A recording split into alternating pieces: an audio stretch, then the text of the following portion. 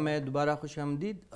جی سر، آپ سے مزید جاننا چاہیں گے، آپ نے برصغیر کی بات کی، طنز و مزاح کی ایک بریف ہسٹری بھی ہمارے سامنے رکھ دی۔ اب پاکستان کی بات کرتے ہیں۔ اس وقت پاکستان میں طنز و مزاح کا جو صنف ہے آپ کی نظر میں کس نہج پہ کڑا ہے، اور ہم کیا جو اس خصوصی صنف کا ایک جو اپنا ایک ڈیمانڈ ہے، جو اپنی ایک ان کی موجودگی کا جو احساس ہے، کیا وہ اس کا حق ادا ہو رہا ہے؟ حافظ صاحب، بات یہ ہے کہ قیام پاکستان کے بعد ہمارے ہاں 2-3 اہم مزاحیہ شاعر تھے، جن میں مجید لاہوری تھے، اور وہ تھے سید محمد جعفری، مسٹر دہلوی۔ تو یہ 3-4 شعراء تھے، اور یہ شروع میں قیام پاکستان کے بعد کچھ عرصہ تک ظریف جبل پوری بھی تھے ان میں، جی، تو یہ رہے اس میں کارزار ظرافت میں۔ اس کے بعد پھر ایک دور آیا جس میں بہت اچھی ایک کہکشاں یعنی شعراء کی تھی مزاح میں، جس میں سید ضمیر جعفری، دلاور فگار اور انور بریلوی، اس کے علاوہ امیر الاسلام ہاشمی اور عنایت علی خان، یہ لوگ تھے جو مسلسل تقریباً 1 دہائی تک یہ لکھتے رہے، بلکہ اس سے زیادہ جعفری صاحب نے تو بہت لکھا۔ تو یہ بڑی کہکشاں تھی۔ اس کہکشاں کے تسلسل میں اور شاعر پھر آ گئے بہت اچھے، جن میں انور مسعود تھے، اور انعام الحق جاوید تھے، عطر شاہ جیدی تھے، خاکسار بھی اسی دور میں سرخیل ہیں۔ جی، میں ویسے بتا رہا ہوں۔ تو یہ بھی ایک دور تھا جس میں بڑے اچھے شعراء بڑا معیاری کلام لکھتے رہے ہیں۔ ایک ایک کر کے آہستہ آہستہ سب رخصت ہو گئے، لیکن آج کل بھی ہمارے پاس تقریباً 7-8 شاعر ہیں پورے پاکستان میں جو اچھا مزاح تخلیق کر رہے ہیں۔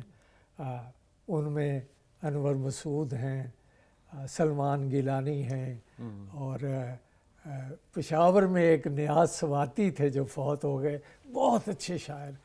وہ اس کے تھے پشاور میں، تو وہ سروس کرتے تھے، لیکن ایبٹ آباد کے رہنے والے تھے، بڑے کمال کے شاعر۔ وہ بیچارے ایک ایکسیڈنٹ میں فوت ہو گئے۔ تو اس طرح کر کے سرفراز شاہد صاحب، اللہ آپ کا سایہ سلامت رکھ کے، آپ خدمت کر رہے ہیں طنز و مزاح اور اس شعبے کی۔ انور مسعود صاحب بہت اچھا شعر کہتے ہیں، سلمان گیلانی صاحب کی آپ نے بات کی، الحمدللہ یہ لوگ موجود ہے۔ آنے والے دنوں میں طنز و مزاح کا مستقبل کیا دیکھتے ہیں؟ کیونکہ لوگ عام تاثر یہ ہے کہ دور جدید میں کتاب سے اور قلم سے دور ہوتے جا رہے ہیں۔ ہاں، وہ تو خیر اس کی اپنی وجوہات ہیں، لیکن جو مزاحیہ شاعری کے حوالے سے میں یہ سمجھوں گا کہ یہ اصل میں لوگ اس کو آسان کام سمجھتے ہیں، اور جو دل میں آیا اسے کمپوز کر کے تو سنا دیا مشاعروں میں لوگ انٹرٹینمنٹ کے لیے آتے ہیں، وہ پھٹیچر شعر پر، پھکڑ شعر پر بھی داد دے دیتے ہیں، انجوائے کرتے ہیں۔ تو اس طرح سے میری نظر میں یہ ہے کہ مزاحیہ شاعری کا معیار آہستہ آہستہ گر رہا ہے۔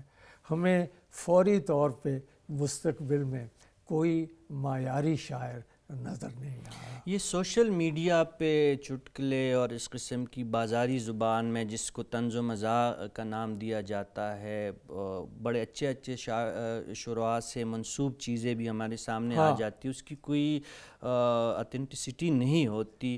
یہ سوشل میڈیا نے کیا آپ جیسے تخلیق کاروں کا کام جو ہے وہ آسان کیا ہے کہ نہیں، اس میں پیچیدگیاں پیدا کی ہیں؟ میں سمجھتا ہوں کہ ایک مشکل پیدا کر دی ہے انہوں نے، ہمارے لیے نہیں بلکہ ناظرین کے لیے سامعین کے لیے کہ ان کو تخلیق کے معیار کو کم کیا ہے. تخلیق کے معیار کو جو ہے وہ آہستہ آہستہ اس میں مزہ، ہنسی کا عنصر.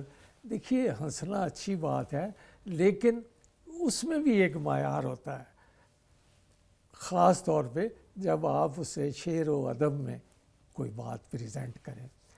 تو اس لحاظ سے مجھے سچی بات ہے کہ کوئی فوری طور پہ ایسا مزاح گو شاعر یا مزاح نگار نہیں نظر آتا. ایک دو بندے ہیں جن میں کچھ پوٹینشل ہے، مثلا ایک میرپور میں ہیں عابد محمود عابد، وہ اچھا لکھ رہے ہیں. پھر ایک ڈاکٹر ہیں فیصل اسلام آباد میں، ان کا بھی ایک دیوان آ چکا ہے لیکن وہ بھی اچھا، یعنی ان سے امیدیں رکھی یعنی طنز و مزاح کو زندہ رکھنے کے لیے تخلیق کاروں کو بہت زیادہ محنت کی ضرورت ہوگی، جو نہیں کرتے ایکچولی. جی آپ کی موجودگی ہو، ناظرین کو بھی شاید برا لگ رہا ہو کہ میں آپ کے ساتھ سنجیدہ نوعیت کی باتیں کرنے لگ گیا ہوں. آپ سے چاہیں گے، کرونا وبا کا ایک موسم ہے، گزشتہ ایک سال سے گھٹن اور آزردگی جو ہے وہ مزید بڑھی ہے معاشرے میں.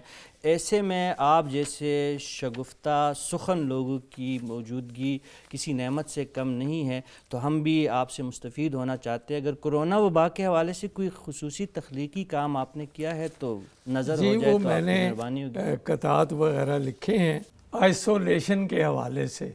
دیکھیے قطع ہے، مزہ آنے لگا ایک دوسرے سے کٹ کے جینے میں. مزہ آنے لگا ایک دوسرے سے کٹ کے جینے میں، تعجب ہے کہ یہ جذبہ بھی انسانوں میں دیکھا ہے. واہ، تعجب ہے کہ یہ جذبہ بھی انسانوں میں دیکھا ہے. بہو بیڈ روم میں، مطبخ میں ماں، اسٹور میں ابا، گھروں میں اہل خانہ کو کئی خانوں میں دیکھا. واہ واہ، آئسولیشن کی آپ نے کیا خوب آپ نے اس کی جو تصویر کشی کی ہے کرونا کے حوالے سے. جی اب آپ لاک ڈاؤن کے بارے میں جی آپ کے لیے پلیٹ فارم حاضر ہے، آپ جو بھی آپ کے ذہن میں. صاحبو ہم نے بیوی بچوں کی، صاحبو ہم نے بیوی بچوں کی، یہ شکایت تو دور کرنی ہے. لاک ڈاؤن کسی طرح کا ہو، ہم نے شاپنگ ضرور کرنی. شاپنگ سے باز نہیں آنا. تو وہ ویسے بھی کہیں کہیں شاعری میں میری کسی غزل میں ذکر آ گیا کرونا کا، کیونکہ یہ ایک ایسا موضوع ہے جو پورے سال سے ہمارے اس میں ہے. لیکن ان کے علاوہ ہمارے زندگی میں بڑے موضوعات ہیں. میں آپ کو دو چار خصوصی قطعات سنانا چاہتا ہوں موضوعاتی حوالے سے. مثلا میرا ایک قطع ہے انٹرنیشنل لو افیئر. انٹرنیشنل لو یہ جو ہم جن بحرانوں سے گزر رہے ہیں اس کی وجہ یہ انٹرنیشنل لو افیئر تھا جو ہم نے کوئی 15-20 سال پہلے لڑایا اور اس کی ریاستی سطح پہ اس کی سزا بھگت رہے ہیں. International love affair. لگتی تھی وہ جتنی سمپل، ظالم اتنی وائز نکلی. لگتی تھی وہ جتنی سمپل، ظالم اتنی وائز نکلی. مونا لیزا جس کو سمجھا کونڈا لیزا رائس. واہ.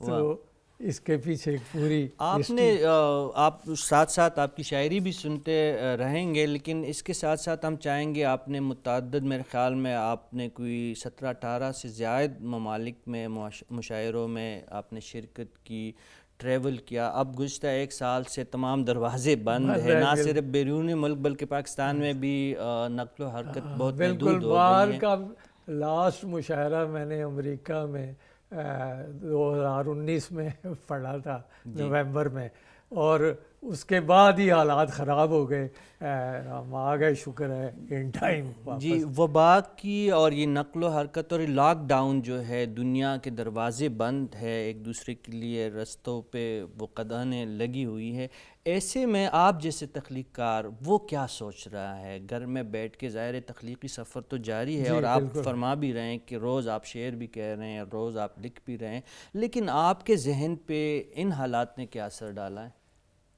میں یہ سمجھتا ہوں کہ یہ ایک بہت بڑی آفت ہے جو قدرت نے دنیا پہ وارد کی ہے، کیونکہ کوئی ملک اس کی زد سے نہیں بچا۔ تو اس سے صاف ظاہر ہے کہ کوئی خطا ان بندگان سے ہوئی ہے جو فطرت نے انہیں تنبیہ کرنے کے لیے اس کو بھیجا ہے، اور 1 سال تقریباً پورا ہو گیا ہے کہ یہ بلا ہمارے سر سے ٹل نہیں رہی۔ تو اب سمجھ نہیں آتی، اب ویکسین بھی آنے لگی ہے، لیکن جیسے ہی ایک ویکسین آئی ہے تو وہ اب پتہ چل رہا ہے جی جو وائرس نے نئی شکل ہی تبدیل کر دوسری جو ہے کرونا کی ویو وہ اور طرح کی ہے، تو بڑی مشکل ہے یہ۔ ایسے حالات میں، جس طرح میں نے پہلے بھی ذکر کیا، طنز و مزاح اور شگفتہ سخنی کی بہت زیادہ ضرورت ہے۔ مزید اگر اس حوالے سے، یا آپ ارد گرد اس وقت جو ہمارے حالات بنی ہوئے ہیں، مہنگائی ہے، بے چینی ہے، بہت اس حوالے سے اگر آپ ہمارے ناظرین کے لیے آپ کے پاس کچھ جی ایک بہت بڑا موضوع تو مہنگائی ہے، جی جی جس کے زد میں عوام الناس آئے ہوئے ہیں، تو میں آپ کو مہنگائی کے حوالے سے سناتا ہوں۔ ہوئی جو دال گراں اور سبزیاں مہنگی، ہوئی جو دال گراں اور سبزیاں مہنگی، کچن میں جا کے بھلا کیا کچن نواز کرے، اور معاملات محبت کا اب یہ عالم ہے، میں پیار پیار کروں اور وہ پیاز پیاز کرے۔ واہ واہ واہ واہ۔ تو گرانی کا بس ایسا ہی ہے۔